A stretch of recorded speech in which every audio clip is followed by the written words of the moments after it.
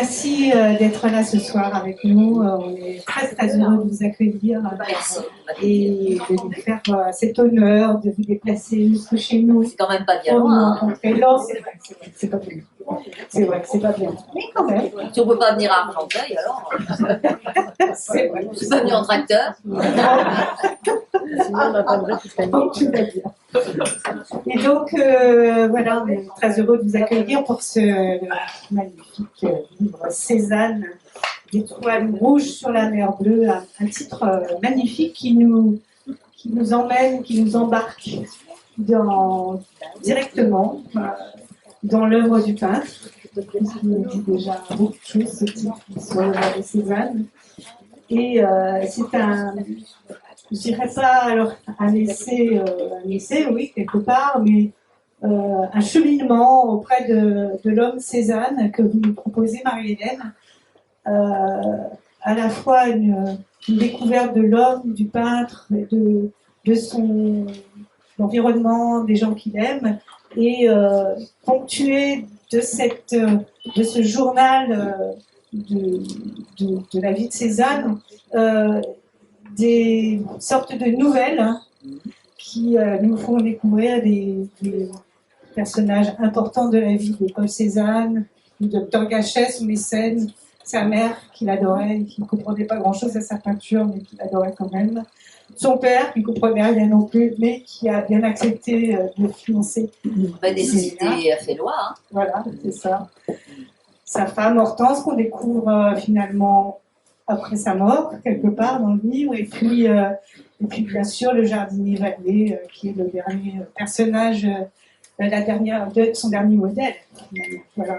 En tout cas, un livre formidable qu'on a dévoré avec Nicolas et qu'on remercie de nous avoir offert. Voilà.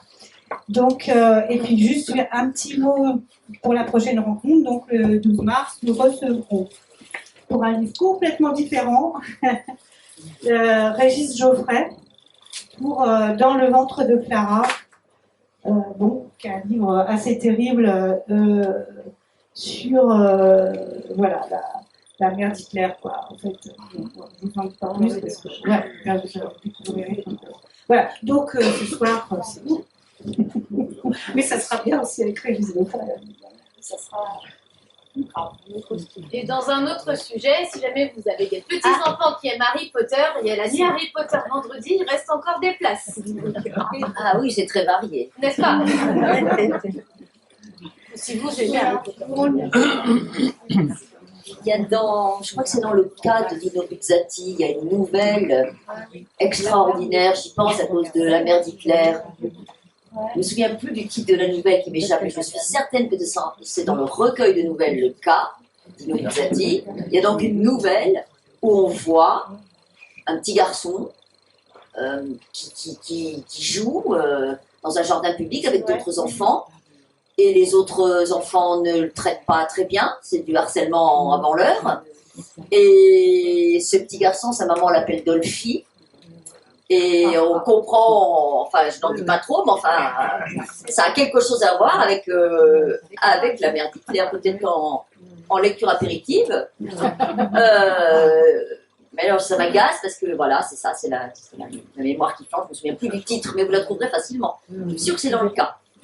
Et c'est une nouvelle ça doit être derrière vous. Très saisissante, et quand on la lit aux élèves, je peux vous dire, ça les sèche complètement. Cette nouvelle-là, ça les laisse comme ça. Bon, bref, hors sujet. Et non, la littérature, dans le sujet. Est-ce que ça fonctionne? Vous m'entendez? Oui. Non, pas trop. Non. Mais tu parlais pas. Donc,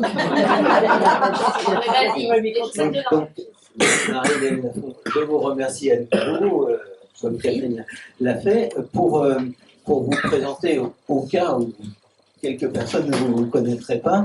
Vous publiez depuis 2001 à peu près, c'est votre 17e livre. Vous êtes à la fois romancière, essayiste et j'ose dire aussi passeuse de textes, passeuse de littérature, non seulement par votre métier qui est l'enseignement, mais aussi par les merveilleuses lectures que vous faites à la chapelle. Vous êtes invité sur la radio, à la télévision, où je crois que beaucoup de gens vous ont découvert.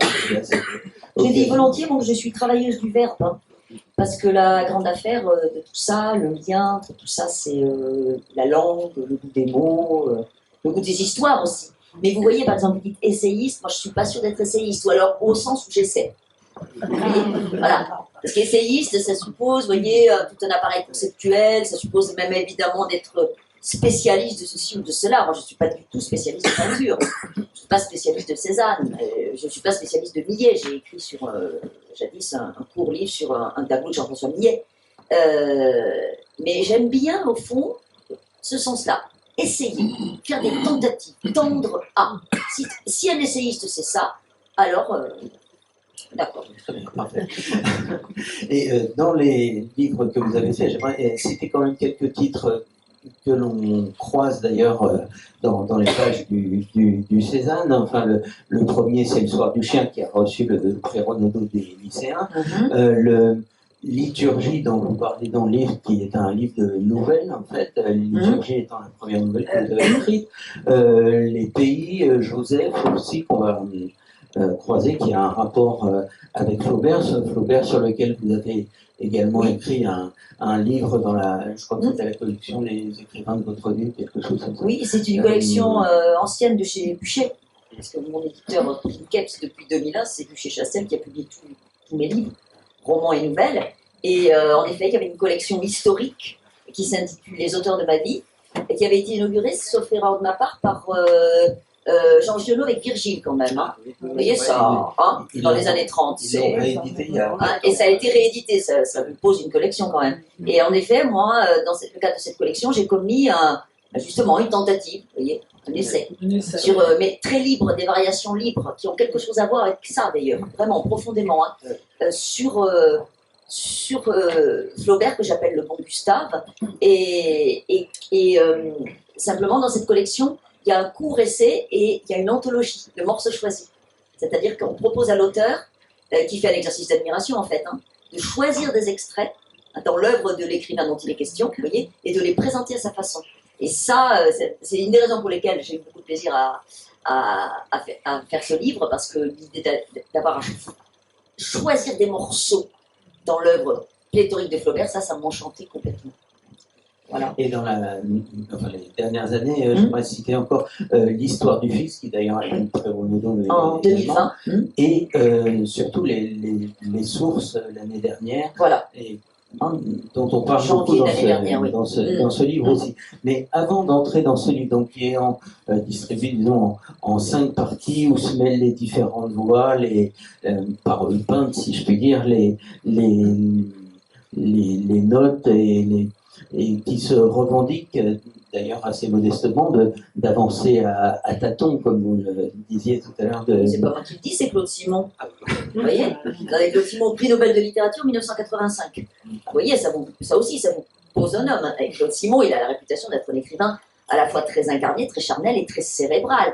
Ben, je vous conseille, même si moi pendant longtemps, il m'a fait peur, Claude Simon. Hein. Quand j'ouvrais un livre de Claude Simon, je ne comprenais rien. Mais je me reposais. Hein. Et puis finalement, j'ai apprivoisé. C'est un immense écrivain, mais il y a le court texte de réception, son discours de réception du prix Nobel, vous voyez, qui a été publié comme tous les discours de réception. Ça, c'est absolument lumineux, limpide, et ça se termine là-dessus. C'est lui qui le dit. Hein. C'est en 85, il reçoit le prix Nobel. Hein. C'est pas un perdreau de l'année. Hein. Et il termine en écrivant ça. C'est-à-dire que écrire, c'est avancer à tâtons sur des sables mouvants. C'est lui qui dit. Donc, avant d'avancer de nous aventurer dans ce sable mouvant, la mal se finit. La soirée va mal se finir. J'aimerais qu'on s'arrête 5 minutes, si vous voulez, sur l'épigraphe qui ouvre le livre et qui est très important, qui est une... Alors, je le lis. Hein. Il me le fallait vivant. Oui. C'est une citation de Ramus dans un livre qui s'appelle L'exemple de Cézanne. Et sur cette citation, j'aimerais vous faire 3 remarques, donc vous me direz ce qu'elles vous ont inspiré. La première, c'est que évidemment, on peut comprendre cette expression, il me le fallait vivant, un peu au pied de la lettre, c'est-à-dire il ne me fallait pas c'est pas un portrait figé, c'est un peintre dont on va sentir le corps, les émotions, les mouvements, etc. qu'on sente la chair.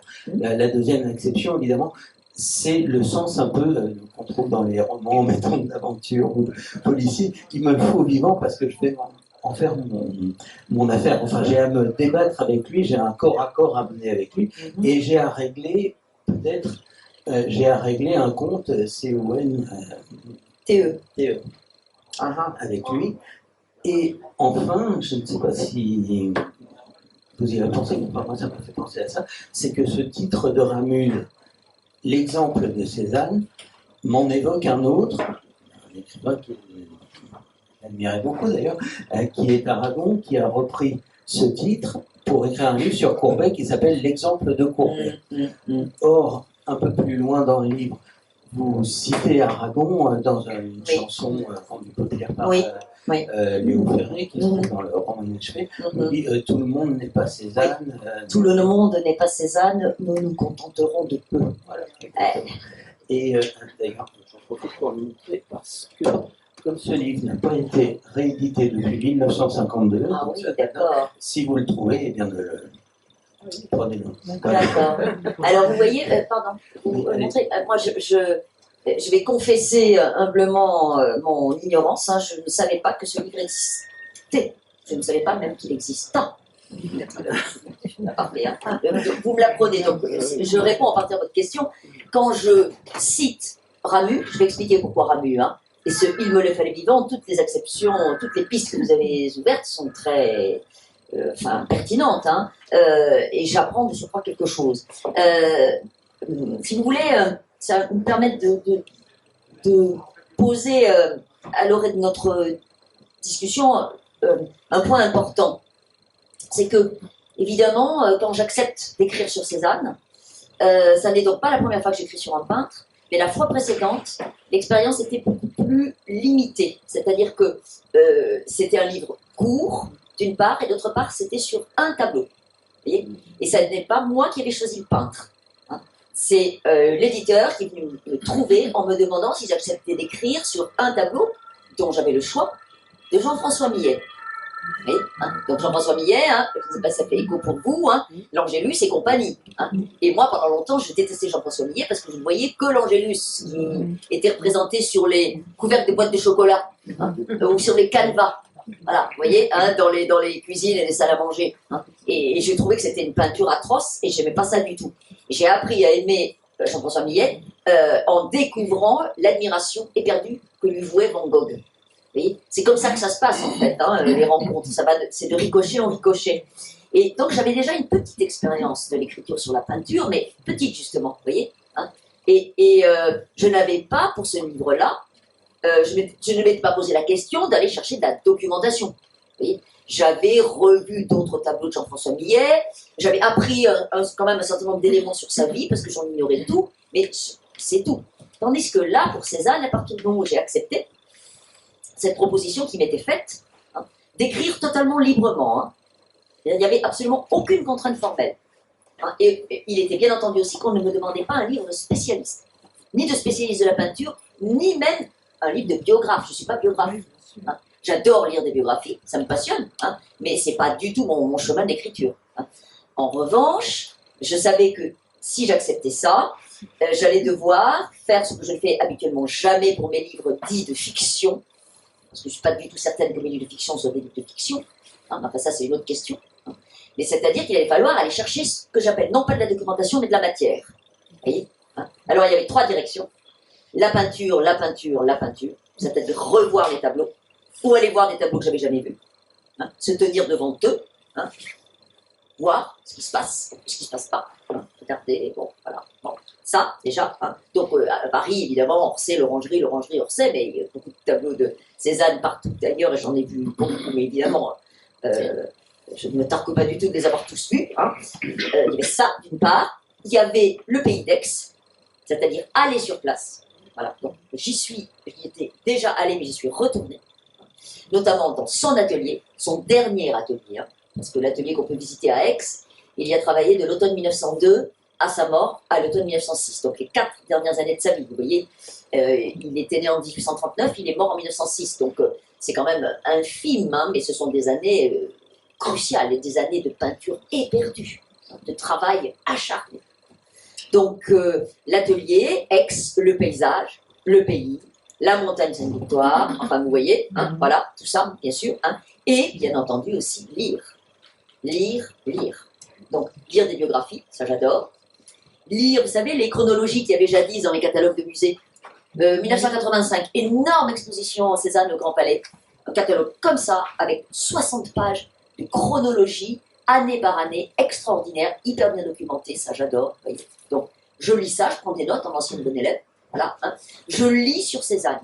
Et évidemment, je ne mets pas longtemps à comprendre que je pourrais passer 98 ans de ma vie à lire sur Cézanne, sans jamais écrire une ligne. Parce que c'est énorme. Et je ne compte pas les sites. Et le site des amis de Cézanne, je vous le conseille. Il est passionnant.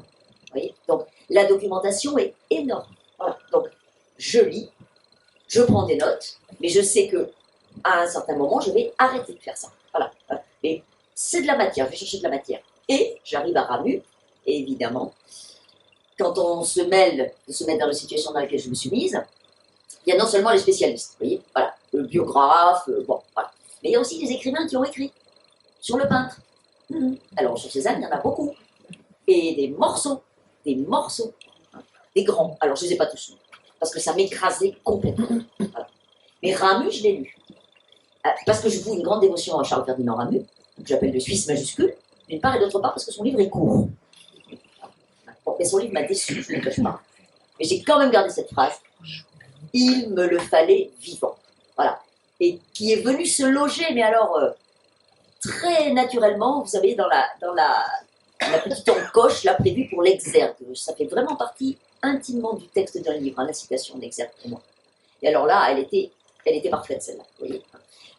Mais je n'ai pas lu tout ce qui a été écrit par des écrivains, Solaire, Sandquet, j'en passe et non des moindres, sur Cézanne. Je pourrais y être encore, hein, à lire sur Cézanne. Il y a un moment où je me suis dit, maintenant tu arrêtes. Voilà. Hein. Et alors j'ai lu sa correspondance, pardon, fondamentale. Les Cahiers rouges de Grasset, hyper accessible, très agréable à lire, ça ne vous noie pas du tout, hein, et ça vous donne de la matière. Voilà. Et j'ai travaillé, si vous voulez, pendant toute l'année 2022, ouais c'est ça, en parallèle à l'écriture des sources, et même avant, hein, ce travail de documentation, grosso modo, vous voyez, j'ai commencé à écrire les sources, à écrire le Cézanne, là, en juillet 2022, début juillet. Et ce travail-là, vous voyez, aller chercher la matière, je l'ai fait pendant à peu près les 18 mois qui ont précédé cette date, mais en parallèle avec beaucoup d'autres choses, notamment avec l'écriture des sources que j'appelle le chantier violent. Et puis avec mon métier de professeur, et puis avec ce que nous faisons là ce soir, enfin, vous voyez, voilà. Mais le terreau de documentation, je l'ai travaillé comme ça. Voilà. Bon, bah, c'est formidable parce que vous avez précédé ma question suivante. Donc, ça m'arrive de précéder. Et cette première partie, donc, qui s'appelle famille au pluriel, s'ouvre justement sur cette date de juillet 2022 tout à fait. que vous venez de mentionner, Oui. où s'ouvre le chantier Cézanne. Et on sent d'ailleurs dans ce que vous en dites dès la première page une sorte de soulagement, le fait de vous y mettre. Vous dites, enfin, il y a toute une série d'expressions telles que, enfin, montrant que ce n'est pas gagné d'avance. Ils disent, je ne pars pas la fleur au fusil, l'affaire n'est pas dans le sac, je ne suis pas en confiance, etc. Est-ce qu'on peut expliquer, vous avez commencé à le faire, mais pourquoi est-ce que c'était si important que les sources, votre roman précédent, soient terminées pour pouvoir enclencher Ouvrir le chantier Cézanne. ce Cézanne, vous dites Oui. les sources ont fait sauter un verrou. Oui. Alors, si vous voulez, les sources, donc c'est le court roman que j'ai publié en janvier 2023, donc chez Buchet. Et je l'appelle le chantier violent parce que c'est un livre dont les conditions d'écriture ne ressemblent en rien à celles des livres qui l'ont précédé, et même, si tout va bien, du livre qui devrait, si j'arrive au bout du chantier le suivre, vous voyez. Hein. C'est-à-dire qu'habituellement, entre le moment où j'ouvre un chantier et où ça fait éventuellement un livre, il se passe entre à peu près, ça peut être 2 ans, 2 ans et demi, vous voyez. Hein, voilà. Et d'une part, et d'autre part, je laisse poser les textes pendant de longues périodes. Hein. J'y pense, ça tourne dans mes fichiers montés, mais je les laisse poser, ça veut dire que je ne les reprends pas, pendant ce temps-là, je travaille à d'autres chantiers. J'ai toujours plusieurs chantiers qui se superposent, vous voyez. J'appelle chantier donc l'écriture d'un livre. Hein. Je ne dis jamais que je commence un livre. J'ouvre un chantier. Un chantier textuel. Bon. Et là, en l'occurrence, pour les sources, pour toutes sortes de raisons, hein, cette façon de procéder a été complètement battue en brèche. Il a été impossible de procéder de cette façon-là. Donc, je l'appelle le chantier violent parce que je l'ai écrit entre le 20 février 2022 et la fin juin 2022. Et je l'ai écrit essentiellement en 3 salves. Hein, une de 8 jours en février 2022, une de 5 jours en avril 2022 et une de 3 jours à l'Ascension 2022. Et entre ces différentes phases, vous voyez, février, avril et Ascension, ça pose. Hein, j'y pense tout le temps, ça me travaille de l'intérieur tout le temps, mais les textes posent. Et j'y retourne, hein, je le retravaille, etc. Et ensuite, fin juin, début juillet, je le lâche. Pourquoi? Parce que je ne peux pas aller plus loin avec ce texte. J'ai craché ce que j'avais à cracher et j'ai donné forme, surtout, hein, parce que cracher, ça ne fait pas un livre. J'ai tenté de donner forme à cette matière, voilà. Et je ne peux pas aller plus loin, et donc je monte, j'appelle ça monter l'estime, c'est-à-dire je prends le train hein, qui va péniblement de Paris à Clermont-Ferrand, hein, et ensuite je prends ma voiture et je monte dans le Cantal, voilà, et où j'ai ce que j'appelle ma datcha. Et là-haut, je passe l'été et je travaille comme une brute, évidemment. Hein. Et donc là, je commence, je me dis cette fois, ça y est, tu commences ton Cézanne. Et je me dis, bon, ça sera forcément moins violent que ce que tu viens de faire. Vous voyez, c'est dans ce sens que j'ai le sentiment que ça va être, non pas du tout une promenade de santé, il n'y en a pas de promenade de santé, hein, mais que ça va être quand même moins raide, moins violent, je ne peux pas vous dire ça autrement. Hein. Bon, en même temps, je ne suis pas à l'aise parce que c'est donc la première fois que je fais ce type d'expérience à cette échelle-là. Vous voyez, hein. Le texte dont je vous parlais tout à l'heure au sujet de Millet, c'est un texte court. Hein. Là, hein, je sais qu'il va falloir donner à ces variations, au sens musical du terme, hein, sur Cézanne, une forme plus ample. Vous voyez, il va falloir la trouver, cette forme. Hein. Je n'ai pas de plan, jamais. Hein. Je n'ai pas chapitre 1, chapitre 2, 3, 4, 5. C'est pas comme ça que ça se passe. Ça se fait en se faisant. Donc, il y a cette sorte de vertige qui accompagne tout moment d'écriture, si vous voulez. Hein. Qu'on ait 25 ans de chantier derrière soi, ou pas. Hein. Voilà. Les sources ou pas, un prix Renaudot ou pas, je dis toujours qu'au chantier, le roi est nu. Hein. On a le vide dans le dos. Voilà. Donc, je m'y colle, j'attaque. Voilà. J'appelle ça attaquer. Voilà. Ça a un côté un peu martial, mais bon. Et évidemment, comment dire, moi j'écris des livres d'obsédés. Hein. Ça fait 27 ans que j'écris, ça fait plus de 20 ans que je publie. On retrouve des thématiques obsessionnelles dans tous mes livres. Hein. Et alors là, avec mon Cézanne, hein, je ne suis pas perdue de l'année quand même. Hein. Je sais parfaitement que la question de la famille, la question de la transmission, de la filiation, hein, va traverser tout le livre. Parce que c'est une question cruciale dans la vie de Cézanne. C'est la clé de son rapport avec son père. Voilà. Ce père qui n'a pas le fils qu'il voudrait avoir, hein, qui a un fils qui veut faire le peintre. Alors lui, il voudrait que son fils fasse le banquier et continue le programme, c'est-à-dire hein, l'ascension sociale. Et Paul Cézanne, le fils, ne veut pas en entendre parler. Voilà. Et puis je retrouve ce qu'on retrouve tout le temps, les familles. Hein, le père, la mère, la sœur, l'épouse. Hein, voilà, avec des histoires de famille. Vous savez bien qu'elles sont inépuisables. Il n'y a qu'à se laisser pour les ramasser. Hein. Et dans la famille de Cézanne, alors là, il y a tout ce qu'il faut. C'est coquet. Hein. Donc, voilà, si vous voulez, je quitte hein, un terreau familial carabiné et je retrouve un autre terreau familial qui n'est pas beaucoup plus calme, hein, sauf qu'il est plus à distance. Voilà. Hein. Et la géographie, par exemple, vous voyez la géographie du pays d'Aix, hein, c'est la caillasse, la lumière, cette lumière-là, etc. Ça n'est pas ma géographie native, vous voyez. Hein. Donc je change de corps, de pays. Hein.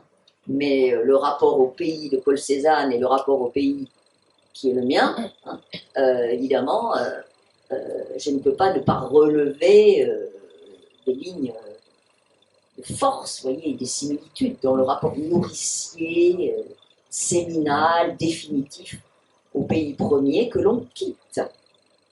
Et Paul Cézanne a passé son temps à partir et à revenir.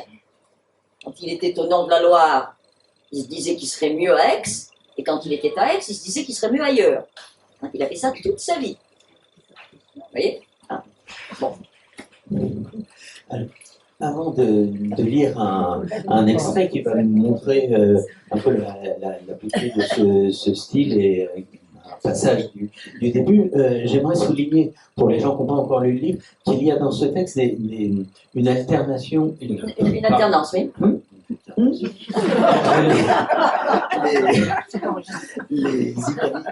Les caractères en italique et les caractères romains, oui. Parce qu'en fait, il y a deux types de textes qui sont croisés. Tout à fait. Ce sont les notes qui ont été prises avant dans un agenda ou les citations parfois, et le texte qui est écrit après, en quelque sorte, en refeuilletant les notes de cet agenda. Oui, je démarre comme ça. Hein. Là, ensuite, les choses se déploient un petit peu différemment. Et je me demandais d'ailleurs si cette histoire d'agenda, parce que vous dites, c'est dans les pages du répertoire qu'il y a à la fin. Alors, l'agenda, en fait, c'est l'organisation du temps, et le répertoire, c'est l'organisation des personnages. Ah, alors ça, j'y avais pas pensé, vous voyez, mais pour le coup, moi, en fait, j'utilise le petit agenda là, de la Pléiade, vous voyez, il est tout petit, hein, c'est vraiment un petit machin. Je l'ai tout le temps avec moi, et quand il m'arrive de prendre des notes, ce qui est très rare, c'est là-dedans que je les prends, en général, à la fin, vous voyez, parce qu'il reste des pages dont on ne se sert pas, voilà.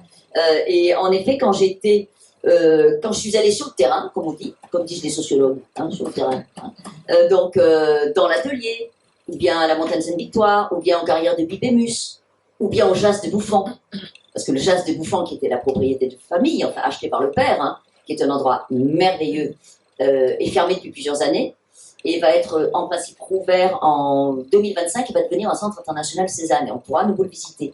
Et j'ai eu la chance de pouvoir le visiter alors qu'il est fermé, et c'est un royaume merveilleux dans lequel on entre par la peinture de Cézanne. Hein. Et c'est d'une beauté inouïe cet endroit, vous voyez, hein. Bon, mais là, par exemple, vous voyez, j'ai griffonné quelques affaires dans l'agenda, comme juste fait des croquis, hein, mais là, je ne sais pas dessiner. Donc, voilà, et en effet, certaines de ces notes sont dans le texte. Et le livre s'articule, si vous voulez, en passages où je me livre à ce que j'appelle des variations libres, je dis je, voilà, hein, donc expérience dans l'atelier, expérience à la Montagne Sainte-Victoire, vous voyez, hein, ou bien réminiscence d'une exposition vue en 2009 au Louvre, hein, où était exposée une aquarelle de Cézanne, hein, qui avait été choisie par Pierre Boulez, vous voyez, 2009, janvier 2009, voilà. Donc, il y a des passages de ce type-là, hein, qui alternent avec 5 temps, qui seraient, en effet, qui pourraient être des nouvelles. 5 temps qui sont ce que j'appelle des flux de conscience, c'est-à-dire on est dans les ruminations successivement du docteur Gachet, je commence avec lui, celui de Van Gogh, le même. Il est partout, lui, pour la peinture du 19e, partout. Voilà. Donc, lui, hein, Gachet. Ensuite, la mère de Paul Cézanne. Ensuite, son père. Voilà. Ensuite, son épouse. Hein, et je peux vous assurer que j'ai eu du mal à trancher, parce que sa sœur me plaisait aussi beaucoup. Marie, il a 2 sœurs, hein, mais celle qui est très proche de lui en âge est un personnage fondamental dans sa vie. Marie, elle était tout à fait passionnante. Hein. Donc, il a fallu que j'élague. Hein. Et je termine avec qui avait fait allusion tout à l'heure, avec le jardinier Vallier, qui est son dernier modèle, qui était son jardinier, et qui est son dernier modèle, le dernier tableau de Paul Cézanne qui n'est pas terminé, c'est le portrait de son jardinier, sous tilleul, sur la terrasse de l'atelier des Lauves. Et ce tableau, vous pouvez le voir, il est reproduit partout, mais il est à la Tate Gallery à Londres. Et en fait, c'est le dernier texte du livre, mais c'est le premier que j'ai écrit. J'aime bien donner des détails de ce type-là. c'est comme ça que ça se fait un livre. C'est pour ça que je dis que ça se fait en se faisant. Vous voyez, quand je monte en juillet, là, j'ai mes notes, j'ai tout, hein, voilà. Et puis je suis chargée, j'ai trimballé plusieurs livres, vous voyez, hein. Pas tout, hein, mais plusieurs. Voilà, je sais que ça va être l'été Cézanne, quoi. Je sais que je finirai pas, hein. J'aurai pas assez de temps. Vous voyez, j'ouvre début juillet et je rends le manuscrit fin avril de l'année d'après. Vous voyez, voilà, hein, grosso modo. Enfin, c'est pas grosso modo, c'est très précis d'ailleurs. Donc, il faut que je commence. Commencer, c'est difficile.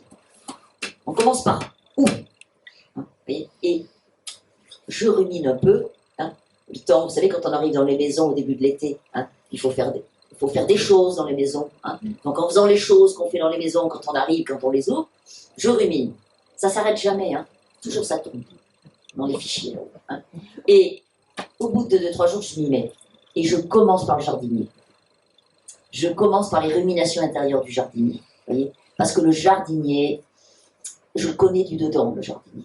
Hein. Le jardinier est à Paul Cézanne ce que la félicité d'un cœur simple est à Gustave Flaubert.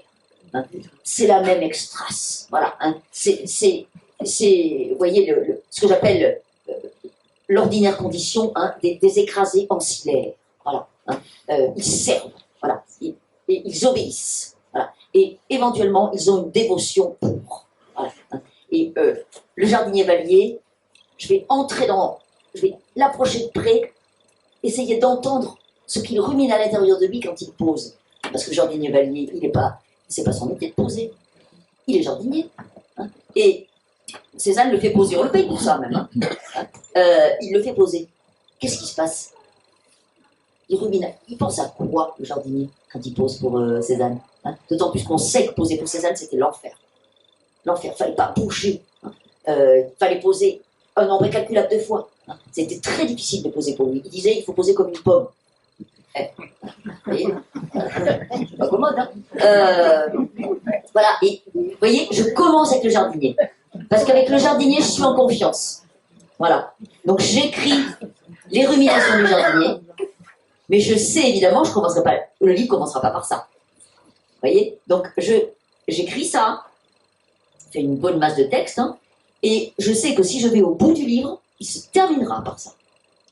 Parce que c'est le dernier jour de la vie de Paul Cézanne. Paul Cézanne voulait mourir en peignant, il est mort en peignant. C'est le dernier tableau auquel il a travaillé. Et puis il est mort, il n'est pas fini. Voilà. Et vous voyez, ça se fait comme ça de façon très empirique. J'ai d'abord écrit ça pour apprivoiser un peu la chose. Et une fois que j'ai eu ça, je me suis dit, ah, peut-être bien que tu vas pouvoir continuer. Voilà. Et ensuite, petit à petit, pièces et morceaux comme ça. Pièces détachées, hein.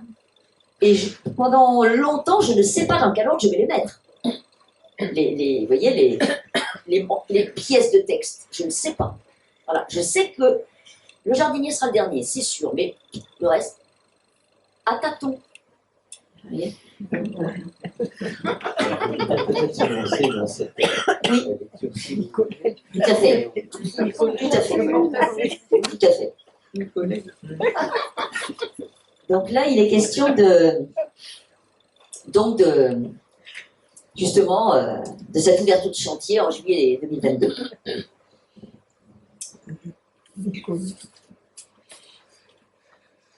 Pensez à la chaleur, à la lumière ardente, éprouver sa morsure, supposer sa caresse, son grain, humer des gestes de peinture, des façons de faire et de se tenir dans l'atelier ou dans le jardin des Loves, ce serait déjà malaxer une matière prolixe et préparer le terrain comme on travaille la terre avant de semer.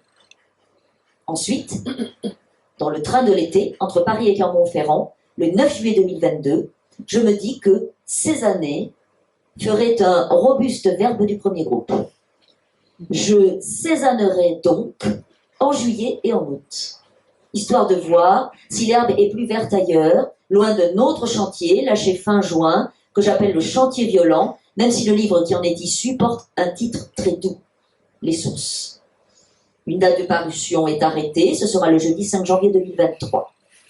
J'ai ouvert le chantier violent à Paris, le dimanche 20 février 2022, et ce texte a pris forme pendant les 4 mois suivants.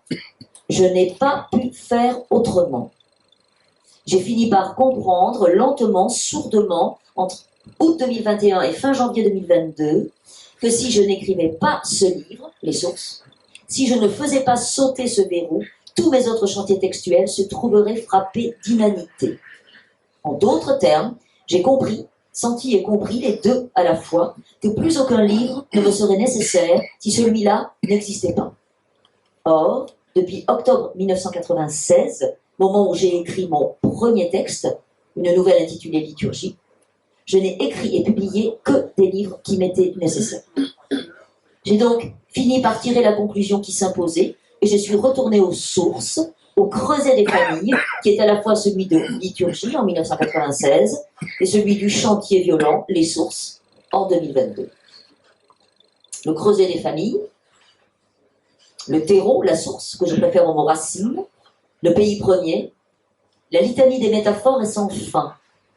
On n'a pas besoin d'écrire des romans, ni même d'en lire, pour savoir, dans son histoire, dans sa mémoire, dans sa peau, dans ses gestes, que les familles peuvent être des champs de bataille plus ou moins ouvertes ou larvées, silencieuses ou gueulardes.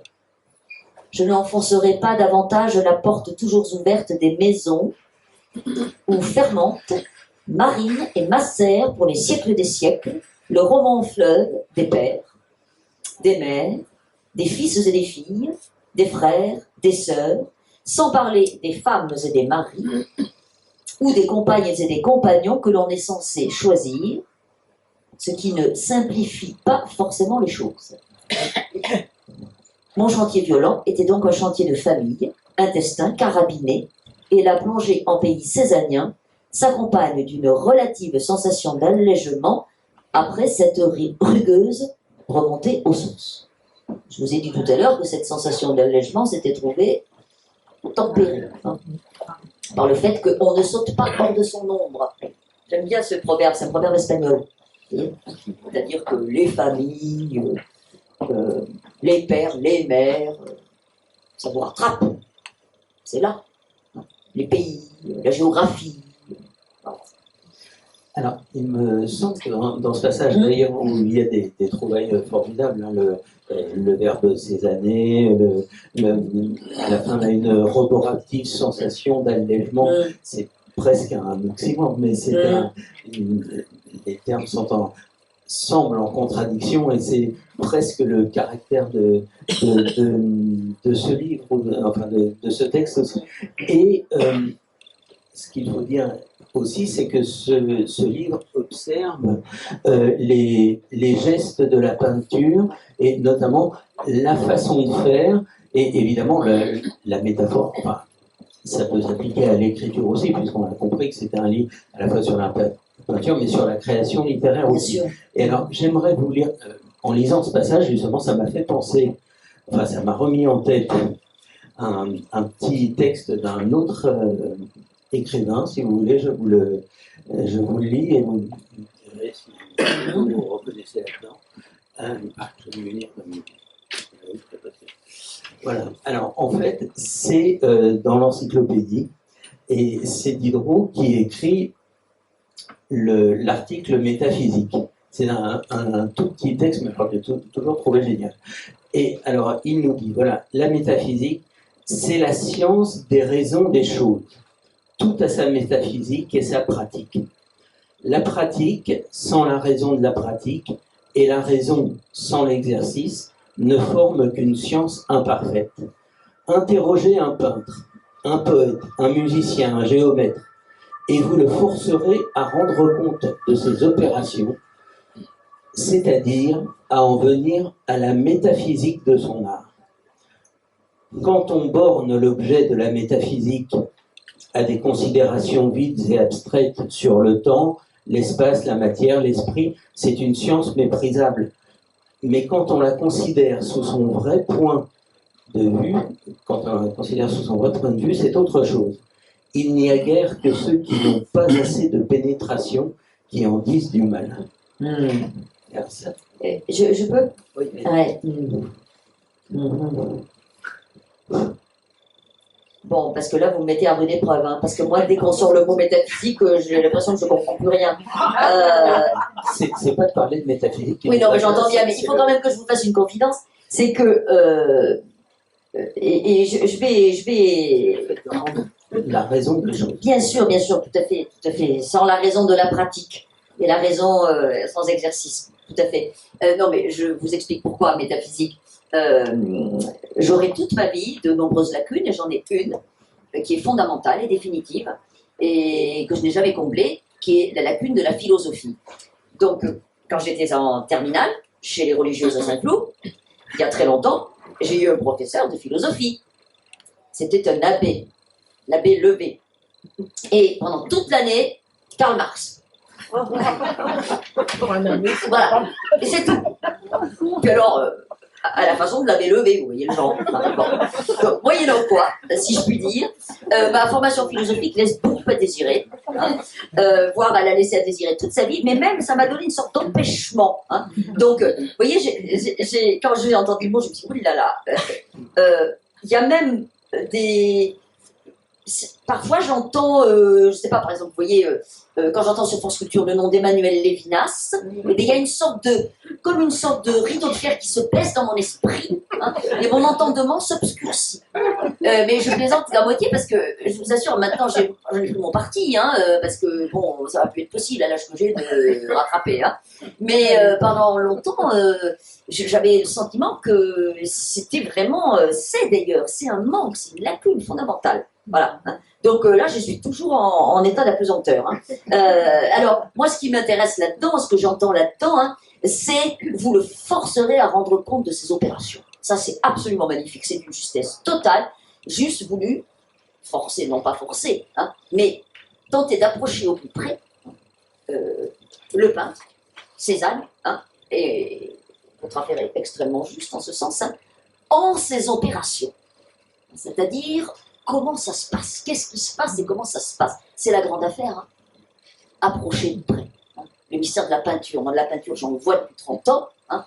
Je dis que j'en mange parce que c'est une nourriture essentielle. Enfin, ça m'est devenu très nécessaire.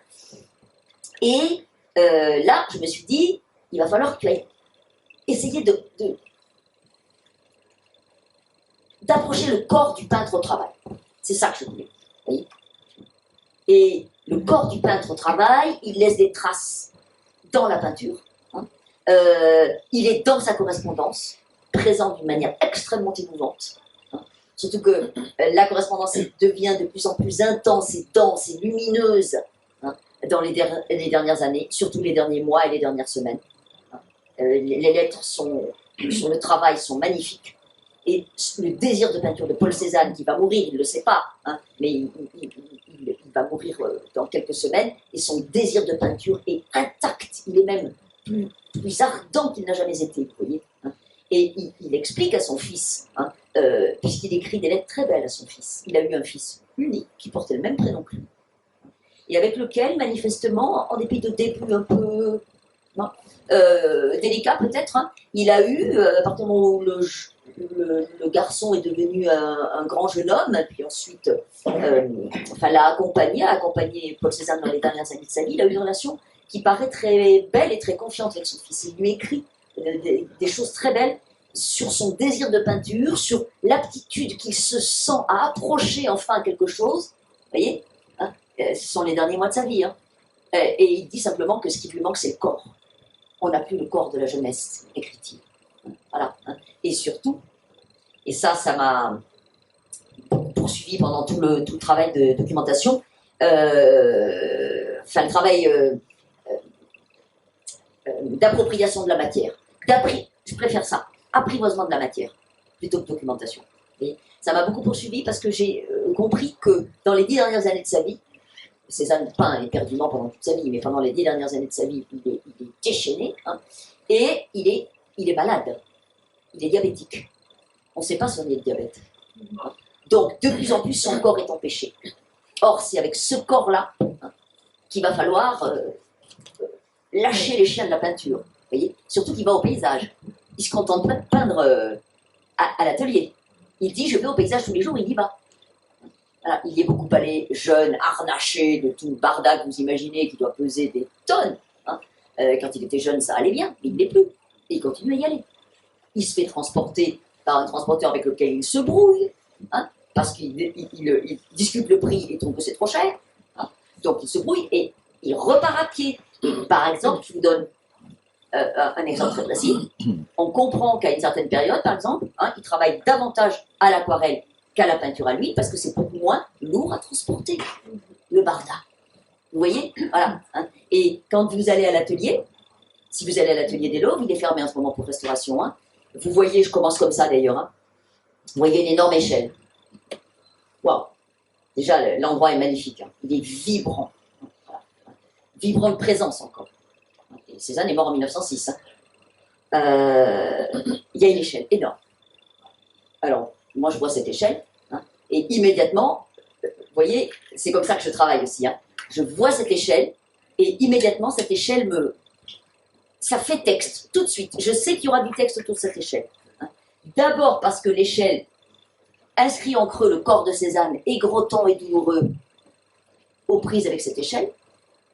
Les grandes baigneuses, un des derniers tableaux auxquels il a travaillé, les grandes baigneuses. Hein. 2,40 m de haut, 4 mètres de large. Il faut monter, hein. Donc il faut monter sur l'échelle. Il faut la déplacer, il faut monter dessus. Hein. Alors peut-être que le jardinier Valier lui donnait un coup de main. Hein. N'empêche qu'il fallait quand même monter. Vous voyez, monter avec les pieds d'un homme qui a du diabète, qui souffre des pieds, on le sait. Il demande à son fils de lui envoyer des pantoufles. Vous voyez, hein. Et chercher le corps du peintre au travail, c'est ça. Vous voyez, hein. Je suis toutes les pistes. Les pistes de la correspondance, la piste de l'échelle, hein, les grandes baigneuses, je regarde, je cherche les dimensions, hein, et puis voilà, c'est tout. Hein. Quand on a les dimensions, on reste à se demander comment le corps du peintre, hein, produit ça. Voilà. Et c'est ça que je cherche. Hein. Donc, vous nous forcerez à rendre compte de ces opérations, d'accord. Hein. Voilà. Je pose une question que j'avais prévue pour plus tard, mais puisqu'on est dessus très bien, c'est que à un moment, Cézanne se fait construire un cabanon justement pour pouvoir à la fois travailler et puis économiser aussi un peu ses forces. Et est-ce que, si on parle de l'écriture, est-ce qu'un écrivain, par l'acquisition de sa technique, du savoir-faire en quelque sorte, n'est pas guetté par un danger qui est celui justement d'économiser ses forces par rapport à la fougue qu'il a pu déployer dans sa jeunesse? Ah, ça, c'est une sacrée question. Économiser ses forces. Alors moi, je n'ai pas écrit dans ma jeunesse, hein, déjà, vous voyez. Moi, quand j'avais entre 20 et 30 ans, j'écris pas. Je ne sais pas ce que c'est que d'écrire avec ce jus-là, quoi, vous voyez. Hein. Je veux écrire, mais j'écris pas, j'écris rien. Et je commence à 34 ans. Avec le sentiment aigu de commencer tard.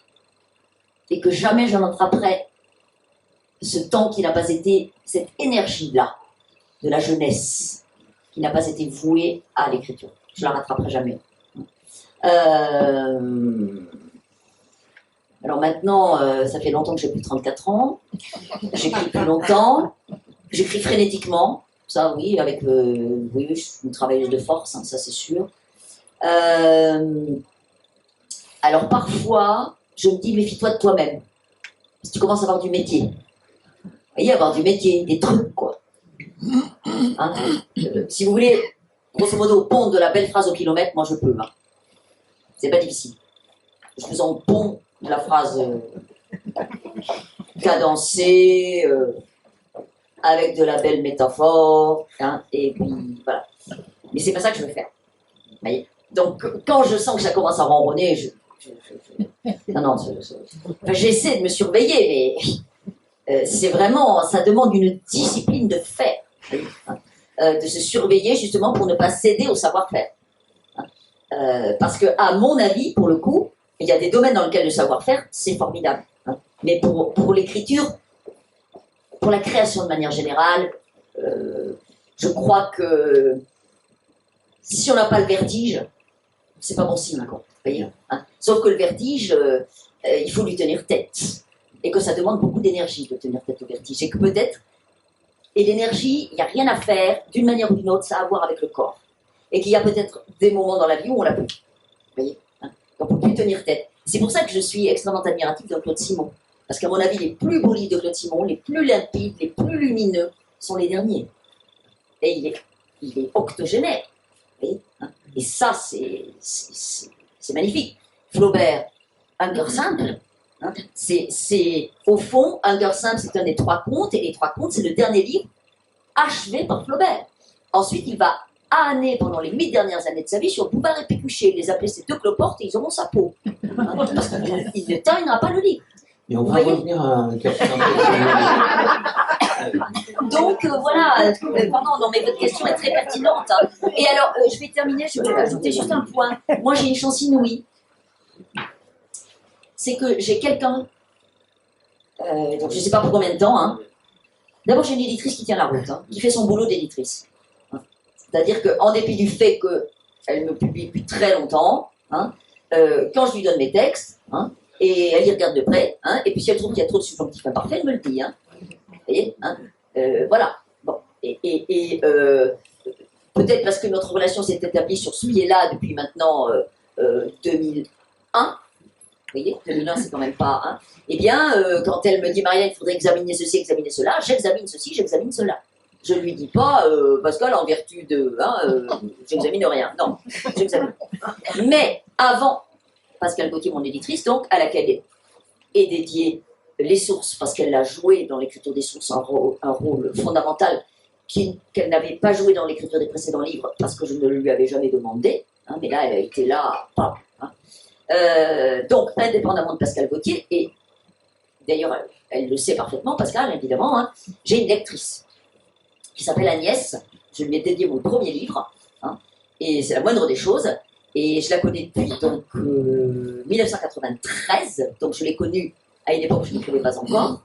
Et quand j'ai commencé à écrire, de façon extrêmement empirique et instinctive, sans l'en avoir prévenu, je lui ai donné mes textes à corriger, mais au sens propre du terme, hein, à corriger.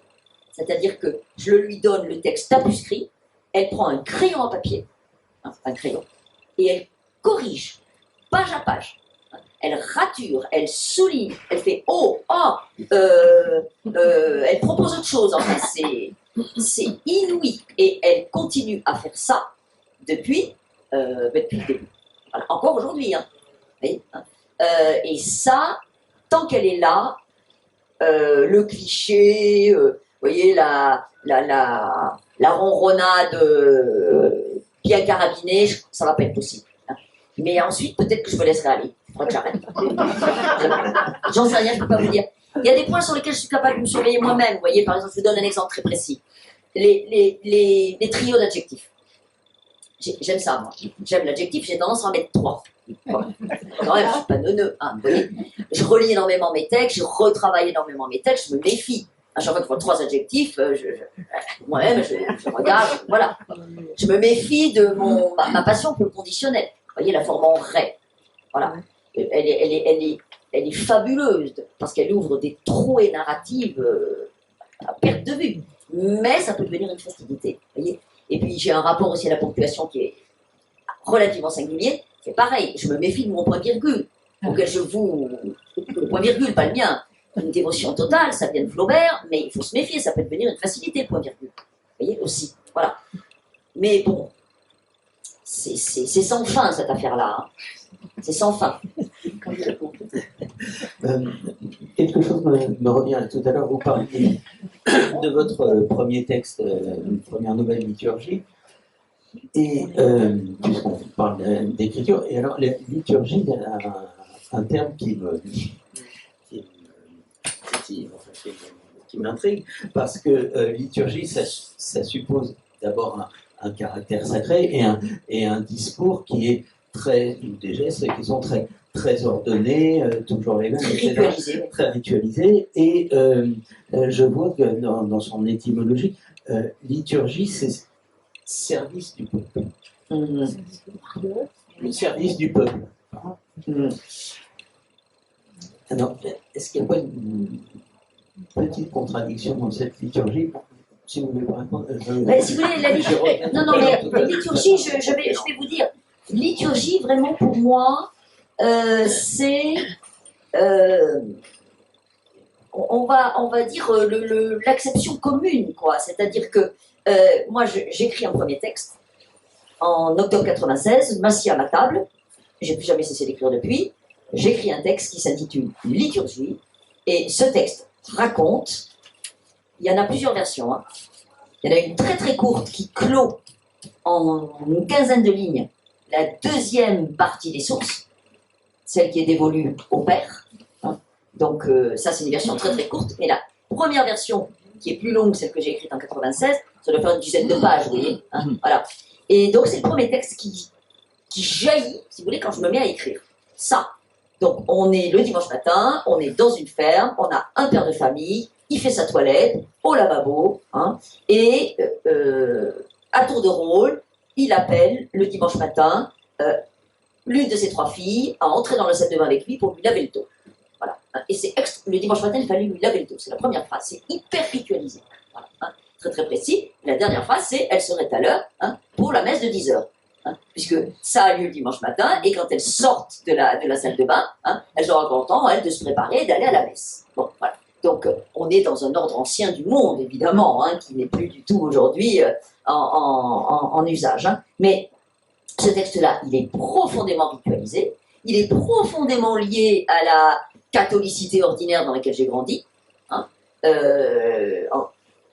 a l'impression de dater de Mathusalem quand on dit que, quand on était enfant, dans des familles qui n'étaient pas du tout, ma famille n'était pas du tout, on n'était pas mystique ni férocement catholique, hein, mais les enfants, jusqu'à la communion, allaient à la messe.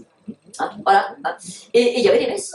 Voilà. Hein. Et la déchristianisation a été massive, énorme, une très très grande rapidité, une extrême rapidité, la déchristianisation des campagnes. Hein. Mais ce texte vient de ce terreau, et ce texte est obsessionnellement ritualisé, en effet. Et le titre, je ne me suis même pas posé la question. Pomme, liturgie, le titre. Vous voyez, sans me dire, ça sent la messe, il doit passer pour ce que tu veux dire, c'est une ancienne élève des écoles chrétiennes, je m'en fichais complètement. Son titre, c'était liturgie. Voilà. Hein. Et évidemment que tout ce que j'écris est profondément marqué par un sens aigu du rituel qui me vient d'une part d'éducation catholique, c'est vrai, hein, et d'autre part des origines paysannes. Hein. Il n'y a rien à faire quand on a grandi avec cette mémoire-là en soi qui vous traverse sans que vous en ayez conscience. Eh bien, il y a des retours de saison, il y a des retours de gestes, il y a des retours de travaux, et on est fondamentalement greffé, hein, sur ces rythmes-là. Hein. Donc, ce côté lancinant et ritualisé de tout ce que j'écris, il me dépasse complètement. Et j'ai mis très longtemps, d'ailleurs, en démêler les origines. Et d'une certaine manière, je ne cherche pas à les démêler davantage. Hein. Parce que, ça fait pas mal, docteur. Hein. Alors, c'est pas douloureux du tout. Hein. Deux, hein, comment dire, ça, c'est tellement le cœur battant, si vous voulez, du travail d'écriture qui est l'épicentre de mon existence depuis j'ai presque envie de vous dire toute ma vie, mais surtout depuis que je suis passée à l'acte. Hein, juste pu devenir serial killer, je suis devenu écrivain. Hein. Bon. Vous voyez, il y a un moment où on rentre quoi, dans le dur de sa vie. Bon. Eh bien, si vous voulez, cette façon d'être au monde, hein, je ne la déploierai pas, je ne la déplierai pas, je ne l'épuiserai pas, je ne la désamorcerai pas. Hein. Je crois qu'elle restera la mienne. Voilà, hein. Et elle est le terreau de l'écriture. Voilà. Et en effet, c'est obsessionnel, c'est ritualisé, c'est liturgique. En plus, je ne suis même pas responsable du fait que mon premier livre de nouvelles s'intitule comme ça. Hein. Ça, je vais vous dire en 2 mots. C'est Pascal Gauthier, mon éditrice, hein, qui m'a dit, avant même la publication de mon premier roman, c'est Le Sort du Chien. Il est sorti en septembre 2001. Il y avait 80 premiers romans. Il pouvait passer parfaitement inaperçu. Parfaitement, ça n'a pas été le cas, mais ça aurait pu être. Dans l'été qui a précédé, mon éditrice, qui m'avait demandé si j'avais d'autres textes écrits, parce que j'avais 39 ans. Elle s'est dit, celle-là, elle est déjà une prof de 39 ans. Elle a déjà écrit d'autres textes avant. Elle pensait même probablement que j'en avais des tiroirs pleins. Non, Mais j'avais quelques nouvelles, dont celle-là, la fameuse liturgie. Je les lui avais donné, ces nouvelles. Elle les avait lues. Vous voyez? Et c'est elle qui, pendant l'été qui a précédé l'apparition du sang du chien, m'a fait cet acte de confiance, qui a été de dire, Marie-Hélène, au mois de mars, si vous êtes d'accord, on publie un livre de nouvelles. On l'intitule Liturgie. Je l'entends encore me dire ça. Hein. Vous vous rendez compte? Publier un livre de nouvelles intitulé Liturgie, autant publier un livre de messe. Hein, on était en 2002. Vous voyez, hein, voilà, et ben, elle m'a proposé ça. Et le premier texte, c'était Liturgie. Et ensuite, il y avait 2 longues nouvelles que j'avais écrites immédiatement après, hein, qui s'intitulent Alphonse et Jeanne. Ensuite, un autre texte qui s'intitule Roland, qui était une réécriture de mon roman, il faut le faire, hein, vous voyez, et puis un dernier petit texte. Et c'est elle qui m'a dit, si vous êtes d'accord, on publie ça. Et j'ai dit oui, vous voyez. Hein. Et ça, c'était un acte de confiance incroyable. Hein. Et le titre du livre de nouvelles, c'est elle qui me l'a proposé. Elle m'a dit Liturgie, j'ai dit pourquoi? Sans me rendre compte hein, du côté quand même un peu acrobatique du truc. Voilà, et ben ça c'est fait. Bon, et le livre, elle a vécu sa vie. C'est parfait. On va Sa vie liturgique. Et oui, On tombe toujours sur le pied. à propos de ces histoires de famille, il y a une métaphore qui court tout le livre, qui est la métaphore du jeu de cartes. Et Ah oui, en jeu particulier, de cette famille. Vous en ce avez, hein. qui concerne les 7 familles, le jeu des familles, c'est le type même du jeu où les cartes sont battues, rebattues, mises en désordre, Et oui. où chacun cherche à reconstituer finalement sa famille, Oui. ou une famille d'élection, et où d'ailleurs ça m'a fait, on essaie de reconstituer quelque chose de perdu, quoi, en fait. Et ces histoires de famille, je ne sais pas si vous a inspiré ou pas, mais m'ont fait penser beaucoup au roman de Mauriac, où il y a toujours Oh, une histoire de famille. j'adore Mauriac. Et, Ah, François Mauriac. oui, François Mauriac, bien sûr. Je ne sais pas pourquoi on le lit plus. Il est génial. Et il y a une autre carte postale, disons, qui a son importance dans le livre. Alors j'ai pensé que c'était peut-être ce tableau-là qui donne son sous-titre. Des toits rouges sur la mer Des bleue. toits rouges sur la Non, mer alors bleue. ça pourrait être celui-là, mais c'est pas. Il est à Orsay. Le tableau dont a été tiré le petit bandeau transversal qui est là, d'une part, hein, et d'autre part, qui fait l'objet de la part de Paul Cézanne d'une lettre qu'il écrit à Pissarro, donc son ami Camille Pissarro. Hein, Paul Cézanne lui écrit une lettre dans laquelle il parle de ce tableau, vous voyez, qui est à Orsay, donc. Hein, vous pouvez voir au 5e étage, là-haut. Hein, vous avez 3 paysages, vous avez une montagne Sainte-Victoire et vous avez le tableau, là, celui-ci, là, qui ne bouge pas, sur la gauche. Et donc, dans cette lettre, Paul Cézanne décrit, un petit peu comme Van Gogh dans ses lettres à son frère, où il décrit magnifiquement les tableaux. Et Cézanne décrit à Pissarro le tableau auquel il travaille, et il dit c'est comme une carte à jouer, des toits rouges sur la mer bleue. Voilà. Donc le titre est une citation de Paul Cézanne lui-même. Hein. Citation que j'avais repérée il y a très très longtemps, en 1985, une exposition l'impressionnisme et le paysage français. Et cette citation était, vous savez, comme souvent dans les expositions, il y a des citations écrites sur les murs. Ça se faisait déjà à cette époque-là. Je l'avais relevée, cette citation, en faisant une erreur, hélas, de ponctuation. Et je l'ai utilisée en exergue de ce livre-là, vous voyez, Joseph, que j'ai publié en 2014. Vous voyez, donc, cette phrase, ça fait longtemps que je la rumine. Hein, je la recopie en 1985. Et je l'utilise comme citation en exergue de ce roman en 2014. Hein. Et Joseph est un jardinier valier. Joseph est le fils de Félicité, la félicité d'un cœur simple. Vous voyez, hein, vraiment. Donc c'est une tribu. Et le fil des toits rouges sur la mer bleue court. Vous dites d'ailleurs que les mots comme ça, pas film, mais voyagent en nous d'une façon Oui. presque inconsciente, enfin longtemps, hein, pour sortir. Enfin. Oui, vous voyez cette phrase, par exemple, c'est comme une carte à jouer des toits rouges sur la mer bleue. Non seulement je l'avais inscrite hein, dans mon agenda en visitant cette exposition, comme on le fait parfois, vous voyez, hein, mais elle était restée là. Et on était en 85, je n'avais pas écrit une ligne, j'ai commencé à écrire 11 ans après. Vous voyez, hein. Et ce livre, il a été publié en 2014. Mais cette phrase, elle faisait son chemin, elle était là. Avec cette limpidité du geste. Hein. J'aimerais écrire comme ça. Vous voyez, avec cette limpidité du geste de peinture, des toits rouges sur la mer bleue. Tout est dit. Il y a des personnages à la périphérie, disons, de cette famille, et notamment le docteur Gachet, dont vous parliez tout à l'heure. Le docteur Gachet. Très beau. C'est un sacré morceau, le docteur Gachet. Ouais, il est incontournable. Et alors, ce qui est drôle, c'est que vous dites. C'est celui de Van Gogh, hein. C'est le même, hein. Il n'y en a pas deux. Vous dites, il observe, parce que lui-même est peintre, un peu Oui. Un sculpteur, enfin, il se débrouille Passionné, beaucoup, passionné. Comme peintre, mais par contre, il écrit comme un tâcheron, mais il aime beaucoup regarder travailler Cézanne et Pissarro. Et d'ailleurs, une chose curieuse, c'est qu'il usait d'un pseudo pour peindre. Oui. Van Rissel, probablement à cause des peintres hollandais. Oui. Et vous dites que finalement, ce Van Rissel, c'est un nom de guerre pour lui. C'est son nom de guerre pour être peintre. Mais finalement, quand on entend ça, on se dit, comme lui se dévalue tout le temps par rapport aux autres peintres qu'il admire, c'est un nom de guerre. J'ai dit.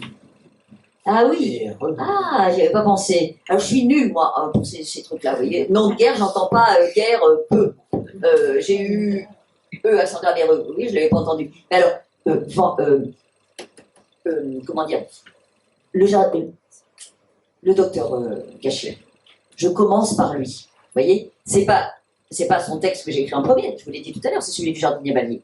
Mais en revanche, le premier texte où on est dans le flux de conscience, hein, d'un être qui approche Cézanne de près, le premier, donc, c'est le sien. Et j'ai longuement hésité entre lui, il me fallait un homme du milieu de la peinture. J'ai longuement hésité entre lui et Camille Pissarro. Parce que Camille Pissarro, pendant vous voyez, mes lectures autour de Paul Cézanne, ça a été ma découverte. Évidemment, je suis comme tout le monde, j'en avais vu les tableaux de Pissarro, mais je ne savais rien de l'homme. L'homme est extraordinaire. C'est vraiment un personnage, mais fabuleux, vous voyez, hein.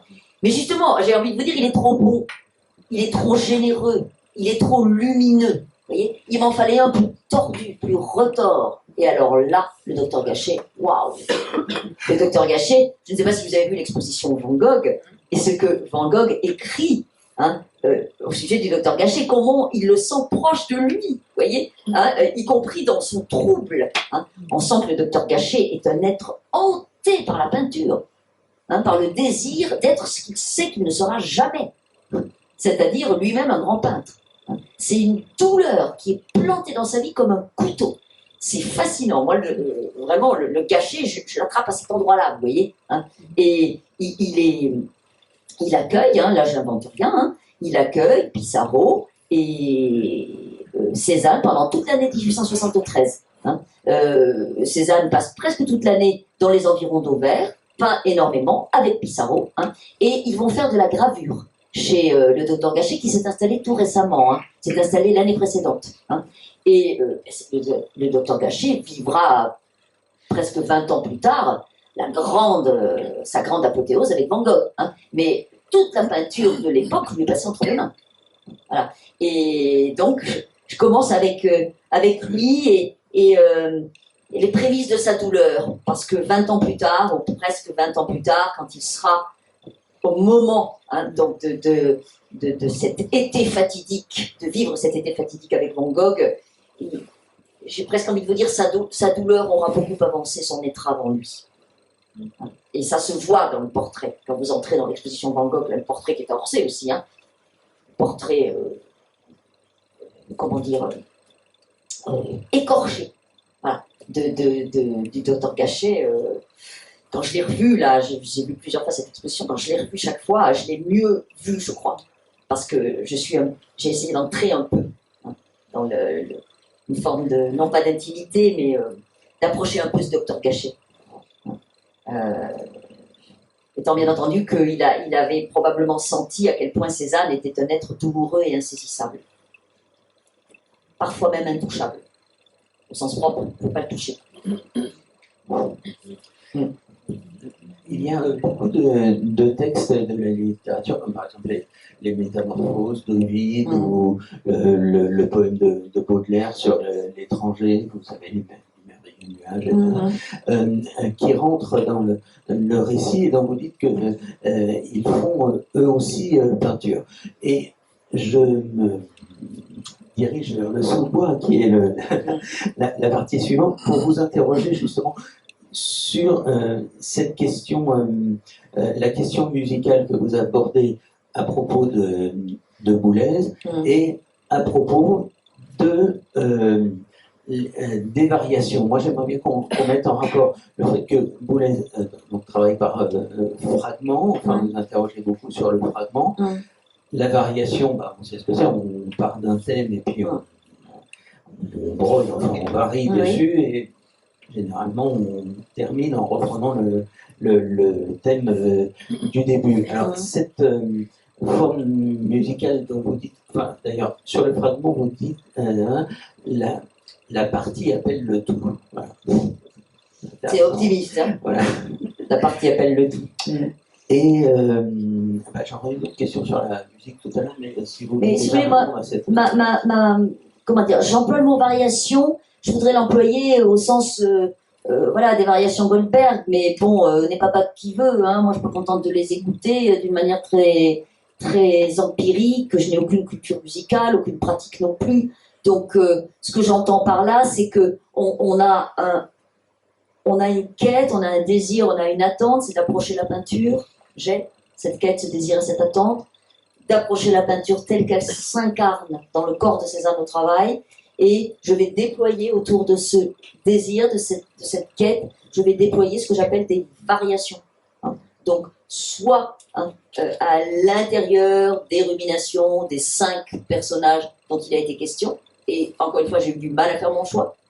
J'aurais pu introduire Pissarro, j'aurais pu introduire la sœur Marie, la sœur proche, très proche de Paul Cézanne, enfin, le fils de Paul Cézanne, il a beaucoup peint, il s'appelle comme lui, pour arranger les affaires. Il a un fils et qu'il prénomme Paul. Voilà. Donc, vous voyez, il a fallu faire un choix. Donc, ces variations-là, les variations, ce que j'appelle variations aussi, j'appelle aussi variations, ce que j'écris sur l'échelle, ce que je vous ai lu tout à l'heure, ce que j'écris, il y a tout un passage évidemment sur la montagne Sainte-Victoire, elle est incontournable, vous voyez, voilà. Donc, c'est de façon très empirique que j'appelle ça ainsi, mais je ne prétends pas du tout, si vous voulez, achever une composition savante et maîtriser comme si j'étais musicienne, hélas non. Donc, encore une fois, à tâtons.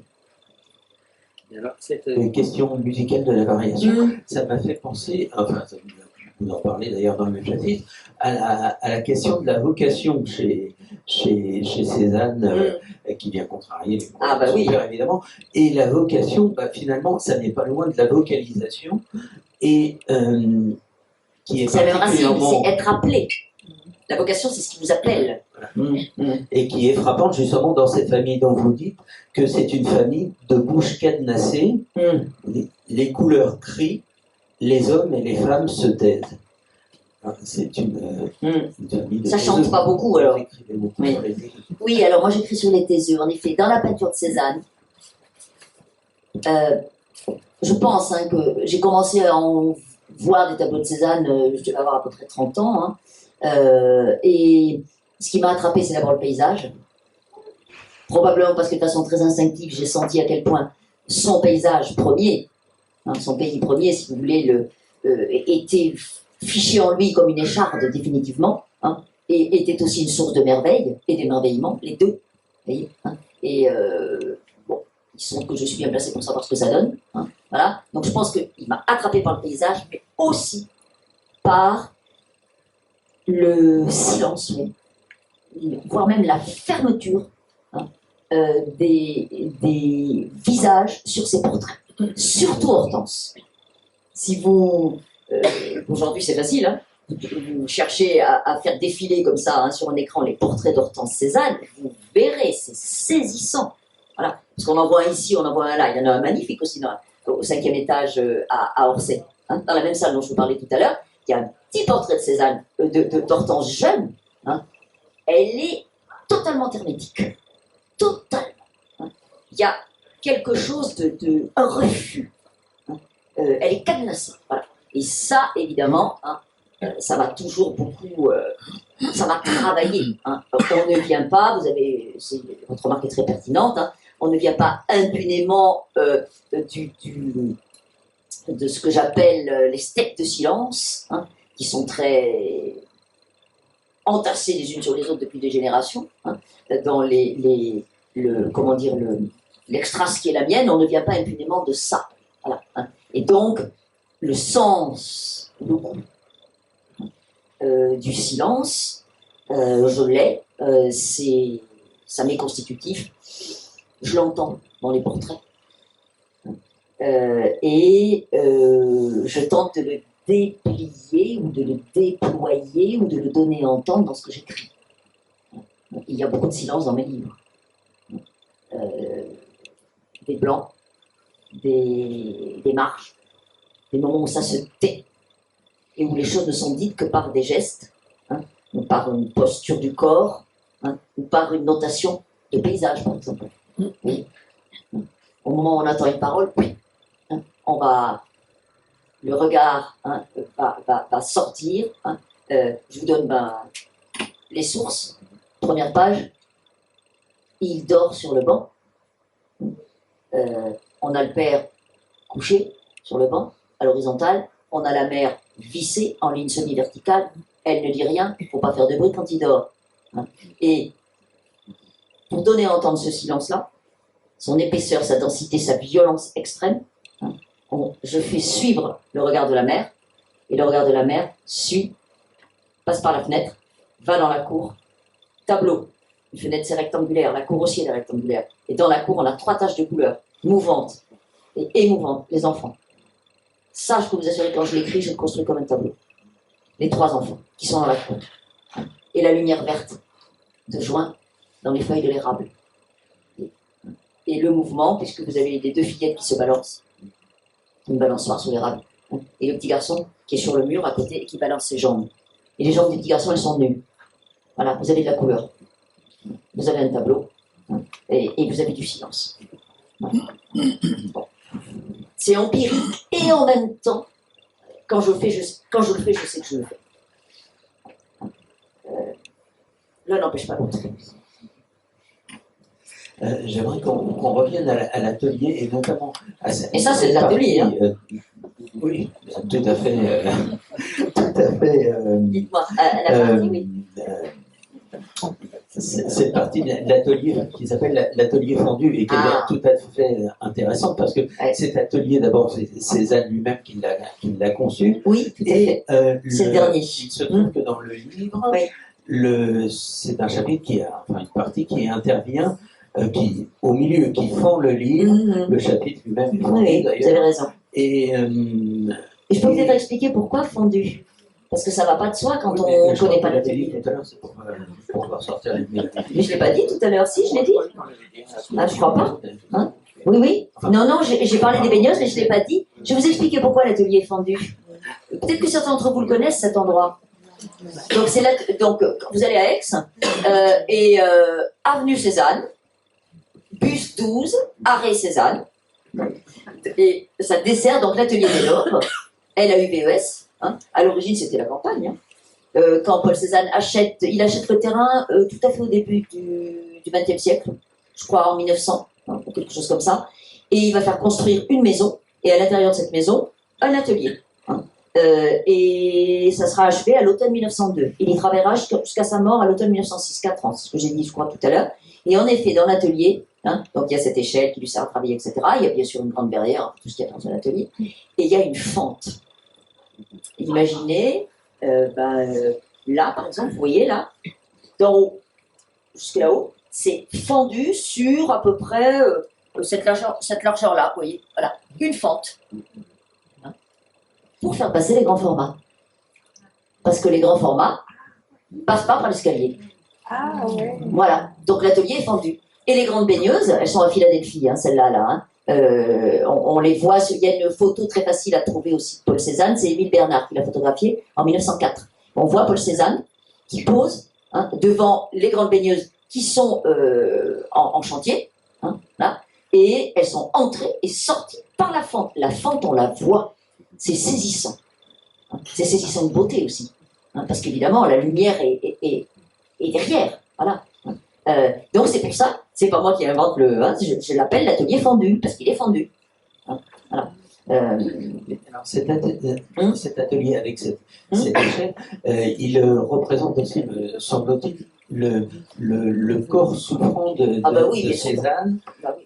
puisque d'ailleurs l'échelle, bon, on a dit tout à l'heure, ça peut être l'échelle sociale, l'échelle qui monte pour le tableau, mais c'est aussi, en quelque sorte, c'est pas seulement monter à l'échelle, c'est surmonter l'échelle de ses douleurs, finalement.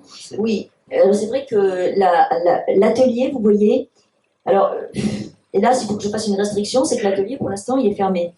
Il est en cours de restauration. Alors, je crains le pire. C'est-à-dire qu'une fois restauré, j'ai peur qu'on nous le ripolline, qu'on nous le dépoussière, et que vous soyez obligé de vous inscrire sur un site avec un compte et puis une clé, vous savez, un mot de passe, pour pouvoir accéder à un rendez-vous d'1 quart d'heure dans l'atelier. J'ai bien peur que quand il va rouvrir l'atelier, ça sera à ce régime-là. Ce qui serait bien regrettable, parce qu'il était d'un accès très aisé et vraiment c'est un endroit merveilleux. Et dans l'atelier, on sent vibrer la lumière.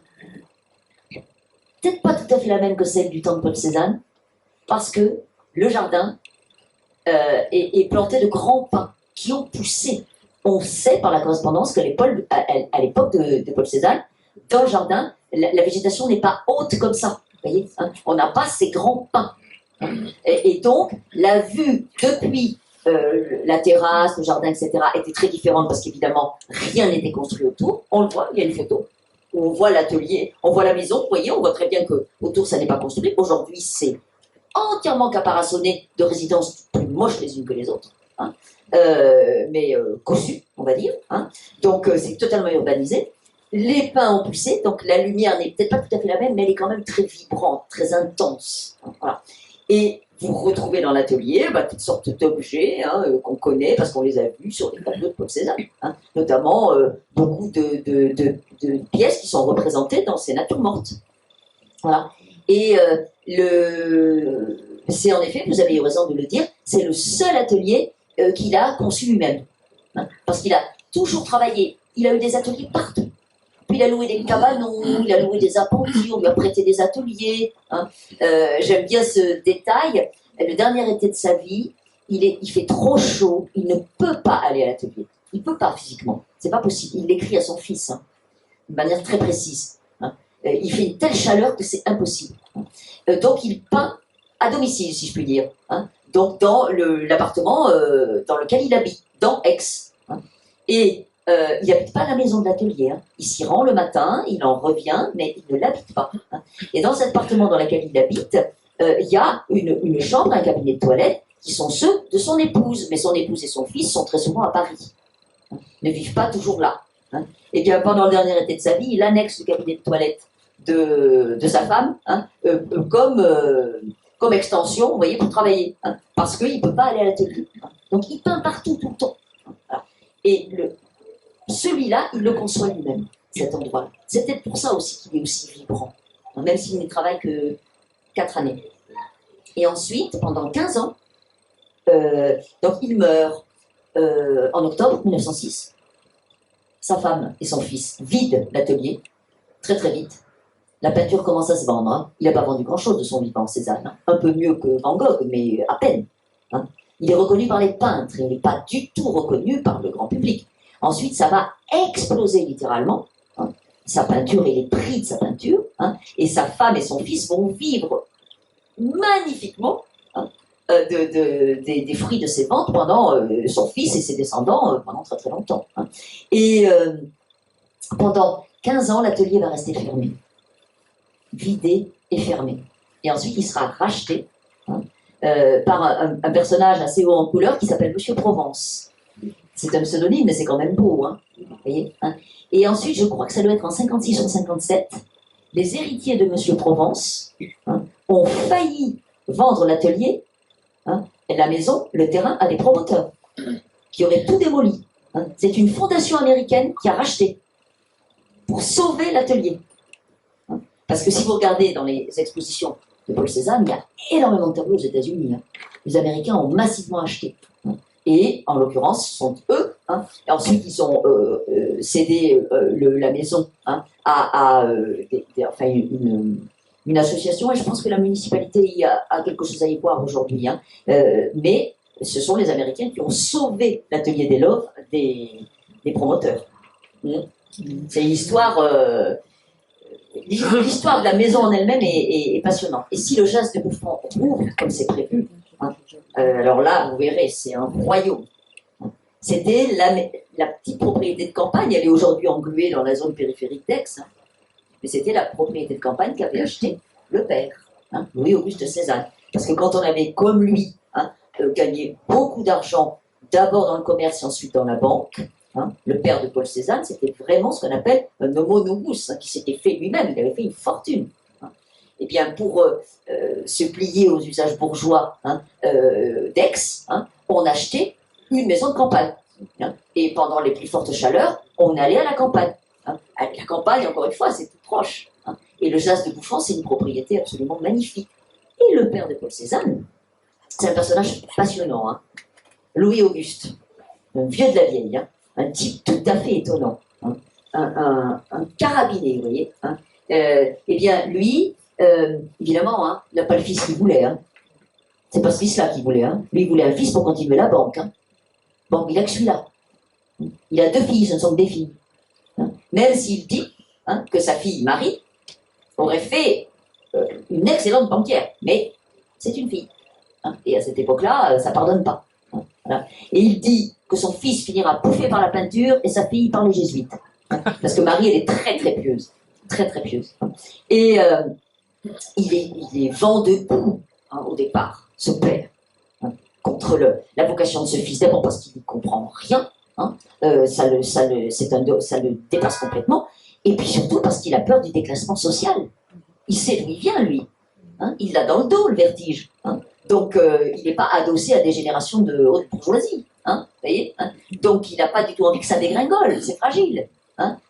Et le fils ne veut pas continuer l'ascension. Hein, voilà. D'autant plus que il meurt en 1886, Louis-Auguste Cézanne. Et Paul Cézanne, en 1886, n'est pas du tout reconnu. Donc, il meurt avec un fils qui est peintre, hein, mais peintre, raté, eût dit Zola, parce qu'il y a Zola aussi dans la reprise, hein, évidemment.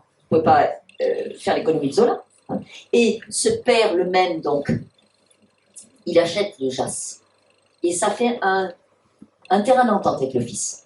Parce que Paul Cézanne aime infiniment le Jas, l'a peint. Hein. Et quand on y va, on comprend. C'est irrésistible comme endroit de beauté. Voilà. Donc il l'a peint, repeint, etc.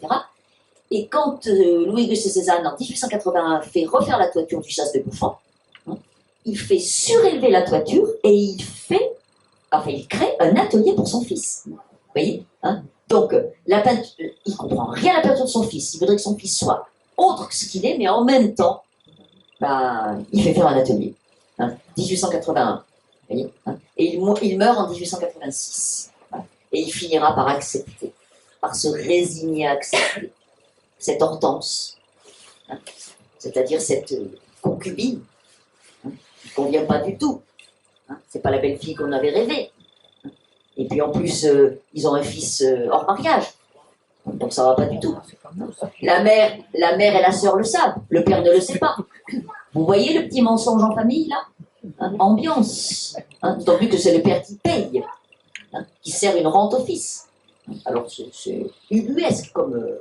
c'est un roman, c'est le roman des familles, on n'a pas besoin de l'inventer. Voilà. Et puis ça finira par rentrer dans l'ordre. C'est celui qui se termine sur ces 2 mots-clés, finalement, sa dernière partie, peindre et écrire. Écrire, peindre. Et j'ai aucune idée de leur qui est moi. Tard peut-être, non oui, oui, quand même, j'ai une question qui m'a... Je vous pose les 2 questions en même temps. Oui. Oui. La première, c'est, vous dites à un moment que les paysans de Giono, en fait, trouvent leur origine dans la peinture de Cézanne. Ça, c'est un point intéressant, me semble-t-il. Et peut-être revenir sur ce que vous avez évoqué tout à l'heure, sur le thème, si je puis dire, de Félicité du cœur simple, puisque ça se termine par ce flux de conscience, comme vous Oui, dites, du jardinier Valier. du jardinier Valier, qui est un peu aussi la coda de la variation, si on peut. Ouais. Alors, si vous voulez, Préciser, si vous voulez. Je l'ai dit tout à l'heure, hein, le texte qui clôt le livre, je l'ai écrit en premier. Pour une raison essentiellement, je vous l'ai dit, essentiellement Oui. Je vous interromps. C'est simplement parce que je vous demandais ça sur Valier, parce que ça me donne la même impression qu'à la fin d'un cœur simple, où Félicité, enfin, on a l'impression que quand Valier parle de Cézanne, c'est son jardinier, il est à son service, oui. Et on a l'impression que finalement, c'est celui qui le comprend le mieux. Oui, alors d'accord. Oui, alors ça, je ne sais pas si c'est le cas, mais en tout cas, si vous voulez, je ne suis pas la seule à l'avoir remarqué, hein, y a une similitude entre le corps vieillissant de Paul Cézanne, tel qu'il apparaît par exemple sur les photos d'Émile Bernard, et le corps du jardinier Valier dans ce dernier portrait.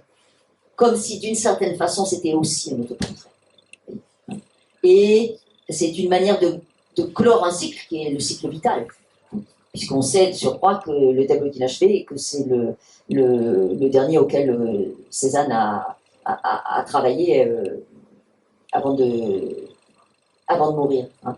Et c'est vrai que je me suis plu à imaginer entre ces deux hommes une sorte d'intimité silencieuse qui me semble pas tout à fait improbable entre celui qui pose et celui qui peint. Vous voyez, surtout qu'ils se connaissent bien depuis longtemps et qui se font confiance depuis longtemps. Et que donc, on peut supposer aisément un peu d'abandon de la part de l'un et un peu de douceur de la part de l'autre. Et ça fait le portrait, vous voyez, un peu d'abandon et un peu de douceur. Et